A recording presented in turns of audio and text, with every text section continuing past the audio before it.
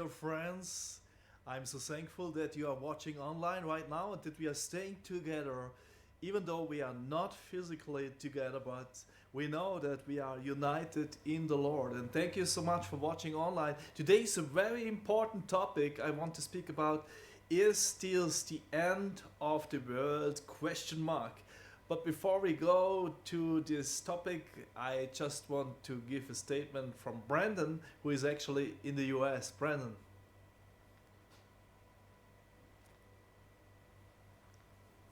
Yo, what's up, Celebrate Life Church? It's Brandon saying hi from the USA, where I'm safe and healthy with my family.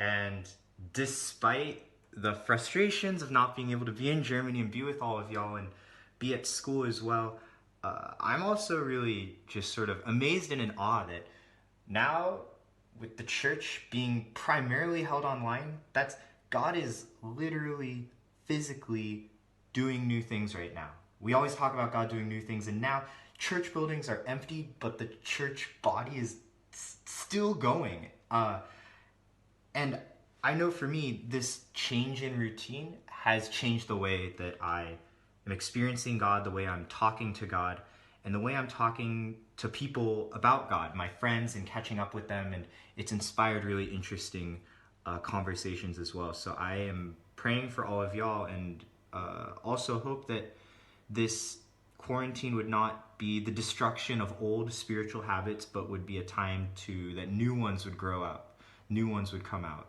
So yeah, I love you guys and wishing you well. Brandon, you are definitely right.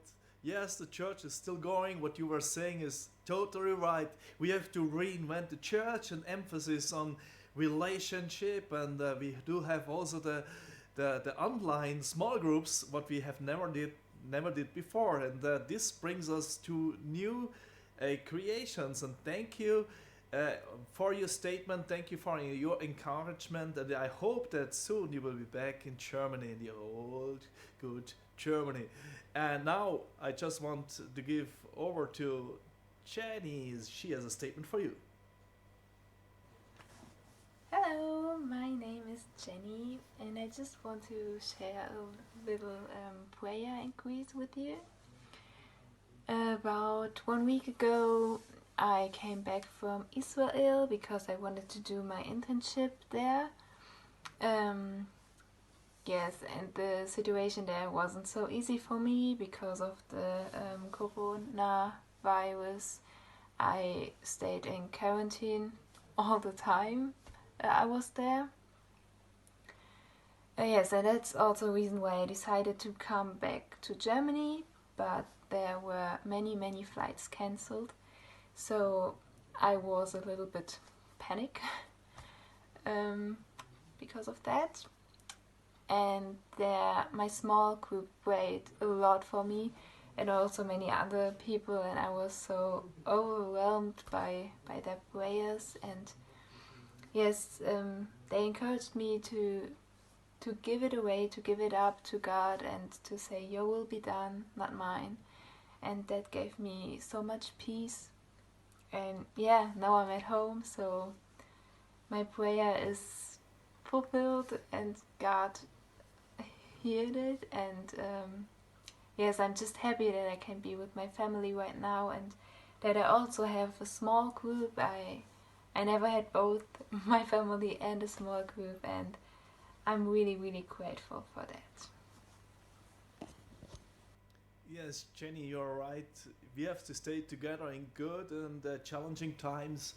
And I'm so happy that you are back in Germany already, that you are in good health. And yeah, we are staying together. We love to be together and staying united in the online small groups.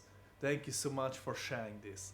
So today I'm going to speak about, is this the end of the world? We are really in a very tough time.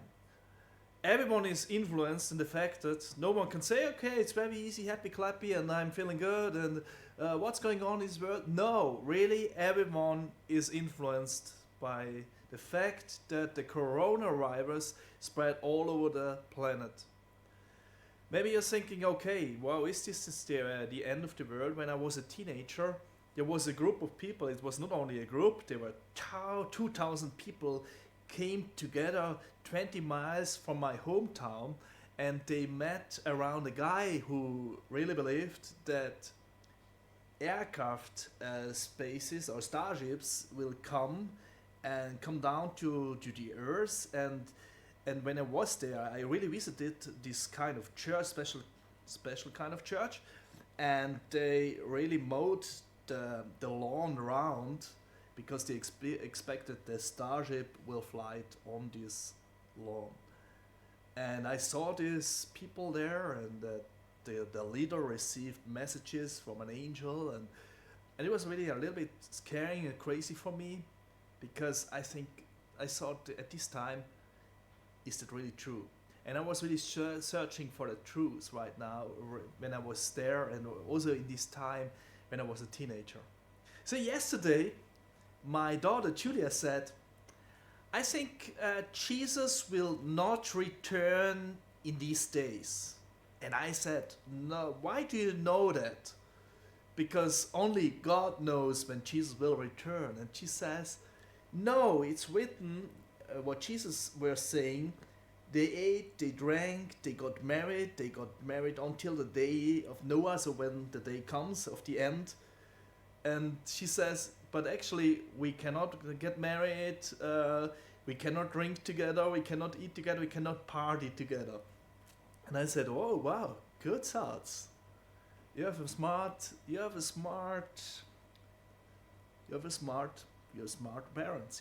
parents, right? I want to stay on very solid ground when I speak about the end of the world, because there are a lot of crazy statements about that, and maybe you also hear stories, and you share maybe stories, and even if you have not double proofed if it's really true or not.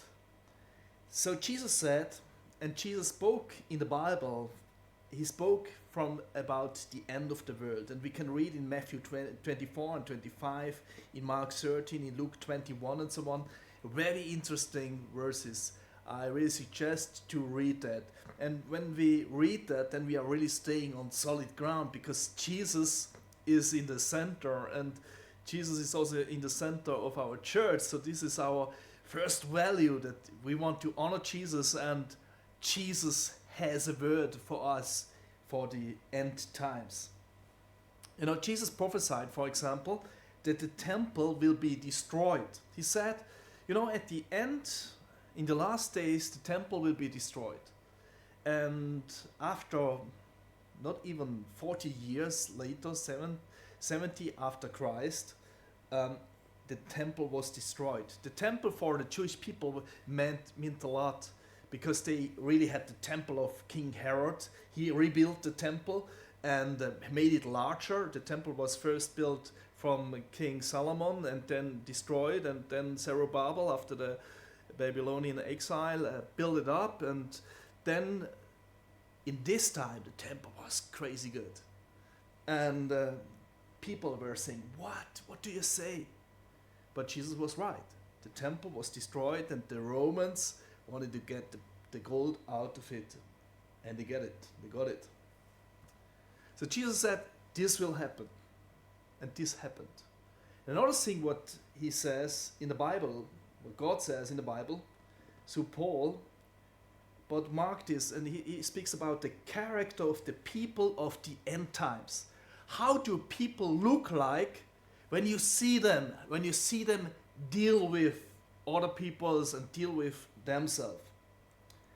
And he says, there will be terrible times in the last days. People will be lovers of themselves. What does that mean? I will explain it. Lovers of money. Do you love money? So maybe then it describes the people of the end time. Boastful, proud, abusive, disobedient to their parents or to authorities, ungrateful, unholy, without love, unforgiving, slanderous, without self-control, brutal, not lovers of the good. So Paul says, at the end of the time, People will have a certain character, and you can see how they deal with other people. They are very self-centered. So they are like Narcissus in the Greek ancient time. There was a story about Narcissus. He loved himself very much. He was the son of the river god and rejected the love of the others and loved himself very much. And when he looked to the river, he saw like like a mirror, and he saw his face, and he drowned into the river because he always wanted to see his face. And people today, also when I see Facebook or Instagram and all the posts, it's very self-centered. Everyone want to see themselves. But Jesus says at the end of the time, they're very self-centered. And another thing will be happen. There will be disasters. So you will hear of wars and rumors of wars, but see to it that you are not alarmed. Such things must happen, but the end is still to come. Nation will rise against nation, and kingdom against kingdom. There will be famines and earthquakes in various places. All these are the beginning of birth pains. So you will hear rumors of wars. So after the Cold War, everyone thought, okay, now we are living in a very peaceful time and it's very good and happy clappy and there is no war anymore. We can live in the Western world as little kings. But actually, I do not know if you know that the military and also the NATO, they planned a big program called Defender Europe, and they wanted to defend it. It's like a big exercise, a big event to defend the borders of Europe. And Germany will become a very logistic hub, which is in a very geostrategic position for the defense. So nobody thought that we are speaking about war again, but actually a lot of things are going on. Jesus describes that, and he says, okay, there will be rumors of war, nations rise up against other nations, famines, epidemics, pandemics, earthquakes, and so on. And it's like a woman would give birth to a child. The intense of this pain will be stronger and stronger, and the woman cries when she has to give birth to a child, like my wife did it. But then at the end, when the child is there, then you are very happy and you forgot every pain. And Jesus says it is like this. First you have a little pain and more pain, more pain, more pain, and then you give birth and then it's over.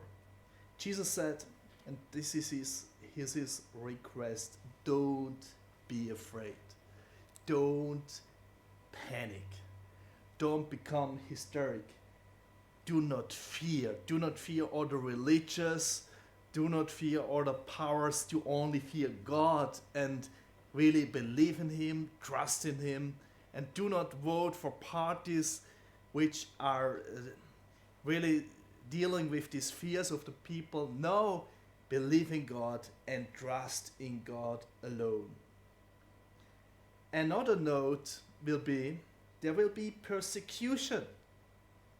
We read in Matthew 24, Jesus says, then you will be handed over to be persecuted and put to death. And you will be hated by all nations because of me. Wow, it's not a very good feeling. At that time, many will turn away from the faith and will betray and hate each other. It's very bad. So we heard last Sunday from Mario Mosiman, who is part of the AWC association. They are really helping persecuted Christians. 260 million Christians are persecuted worldwide. So this is already a fact, and Jesus is saying, at the end of time, this will happen. So be prepared. Do not be surprised when this happens. This is part of the end times and of this birth for a new world. And another thing what he noticed is false prophets. He says in Matthew 24, and many false prophets will appear and deceive many people. You know, it's really so easy, very easy to deceive people. It's so very easy to bring pseudo theology into this world. With one click, you can go online, live, and you can spread your theology. But for some reason, people are studying 4 or 5 years, or I studied maybe 6, 7 years, till I had all my masters in theology. I had to learn Greek and Hebrew and have to double proof it. And false prophet, they can spread whatever they want, and people take it and they do not prove it, and then they spread the false prophecies into this world. And this is really not cool at all, and it's really dangerous.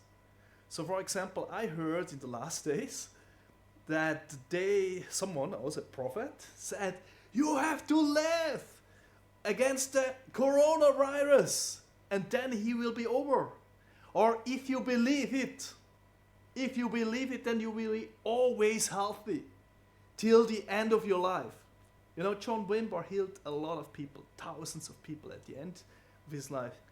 He got cancer and he died from it. So what does that mean? We all will die. Even if you are really believing right or in a good way. I really believe in miracles. I really believe that we can pray for people and they get healed in 1 second, within 1 second. But I would never say when you are getting coronavirus, then you are not a good believer. Please do not do that. Do not prejudice other people who maybe do not have this kind of faith that you have. We have to be very kind to people. So please, get rid of all these pseudo teachings and pseudo prophets. Jesus says there are in the end times, there are false prophets who want to tempt you, who want to seduce you, that you get away from Jesus. So another sign is Israel. So Jesus says this is like a tree who brings fruit again. This is a sign for Israel comes together again. There are a lot of different verses, Bible verses. You can read that in Amos, in Isaiah, Zephaniah. And all these verses are really showing that Israel will be united again from all kinds of countries. And actually the state was founded in 1948, 72 years ago, and this is really fascinating me. This fascinates me very much. So they are also from the Mossad, from the Secret Service from Israel. You will read certain stories and you can really double proof it. It's true, it's not fake. They brought Jewish people from Ethiopia in a so-called Operation Moses 1984, 8,000 Jewish people back to Israel. 1985 Operation Joshua, 500 people. 91 Operation Salomon, 15,000 people within 33 hours. It's really incredible. Jewish people are coming back, and all the prophecies and all the promises from God are fulfilled, and this is really great. You know, so this is one sign. So another sign, the state of Israel will be a state again after 2,000 years, and this is incredible. Normally, ethnologists, they are saying it's not possible that a state without having a physical land can survive more than 200 or 300 years. But the state of Israel survived for more after 2,000 years. It came into existence again. This is incredible good. So Jesus also says there's another sign for the end time. There will be elbow people.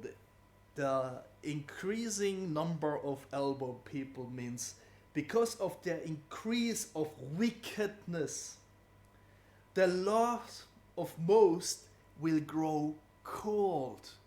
And here is used in this Bible verse love with agape. So the love, agape love, the godly love, the unconditional love will grow cold. So this is a crazy thing. Only people who have already the godly love, so Christians, they can become cold. So this is a message for you. If you once were very, very hot for Jesus, I would say, if you are had fire for Jesus, and then for some reason you gave up to have the fire for Jesus, then you grow cold. This is very dangerous. Jesus says, hey, come back and get the fire again and become a fiery follower of Jesus. And then Jesus says, at the end, there will be a character test at the end. He says, but the one who stands firm to the end will be saved. I do not know if you have ever done a marathon. I did it, 42 kilometers, it's a lot. And I really did not think first that I really get it, because I was not that trained very well. I was 21 years old when I did that, and it was really hard.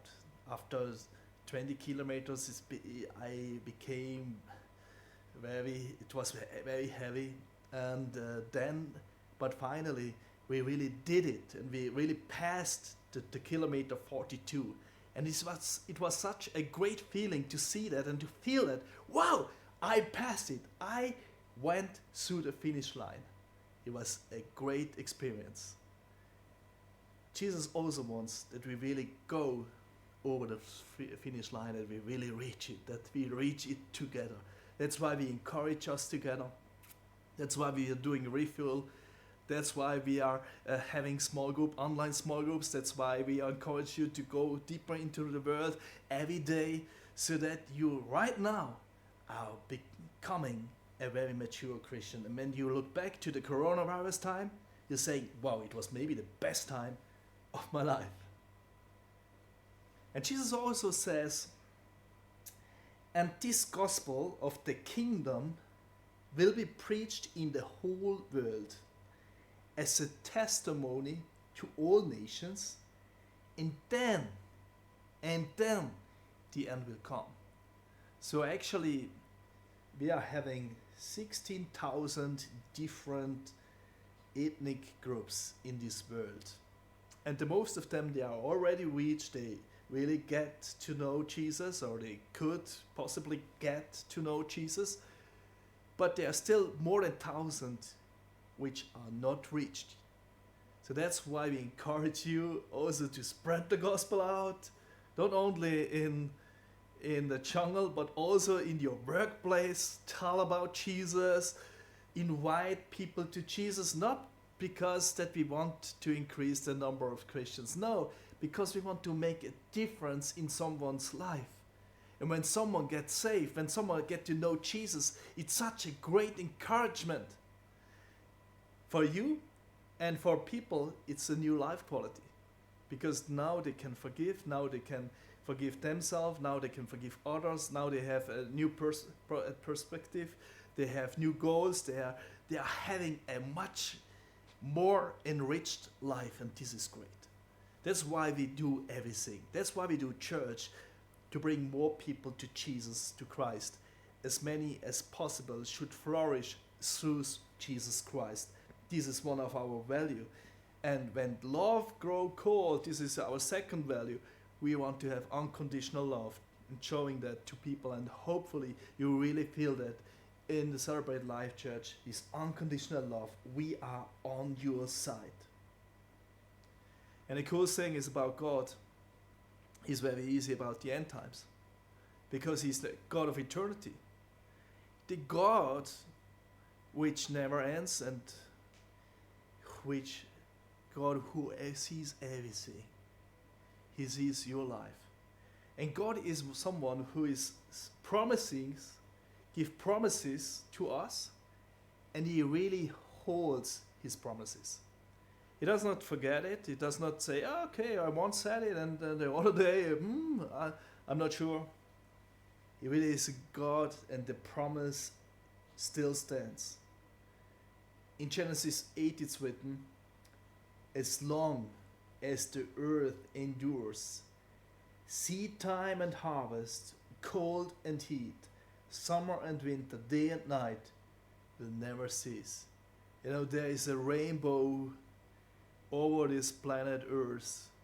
Over your life is a rainbow that shows the grace of God. God is always on your side. And this rainbow is great. This rainbow shows, you know, I am the God who holds his promises. And I'm sure he will also do that in your life. And I just want to encourage you not to be afraid. And I didn't want to cause you to be frightened, not at all. You really should be encouraged. You should have courage to do the great things what God has already prepared for you. And I'm really glad to see what's going on in your life. May God bless you. I just want to pray for you, and that you really see God is on your side. Father, thank you so much that you're going to bless us. Thank you, Jesus, that you are giving us a new future and a new perspective on this end time. What you are saying is great. What you are saying is really the truth. You are not fake. What you are saying is not fake. It's really the truth. And we can really trust you in every day, and we can be refilled on your side. Amen. I just want to give you a quick information. Pray for me at CelebrateLife.church. This is a very good offer for you. Please give us your prayer request, or if you want to give us also your number, we can call you. We can come in contact with you and stand on your side in this time, in this very challenging time. And also, I really want to give you this offer of the small groups. We would give you the suggestion to be part of it. Small group at CelebrateLife.church. Send us an email and be part of it. And also, we encourage you to give, to stay connected also by giving. So that means you want to support the kingdom of God. You believe that your channel and your power source is God. And you are not depending on your workplace, you are really depending first on God. And this is really also a character test when you believe that in the middle of all the difficulties, make a seed in the middle of a time of challenges. And then I just encourage you to be there on Thursday. A friend of mine, Chris Hewitt, will be preaching about the revelation and how we can be comforted through the words of the revelation. I encourage you to be there, and God bless you. Bye bye, Internationals.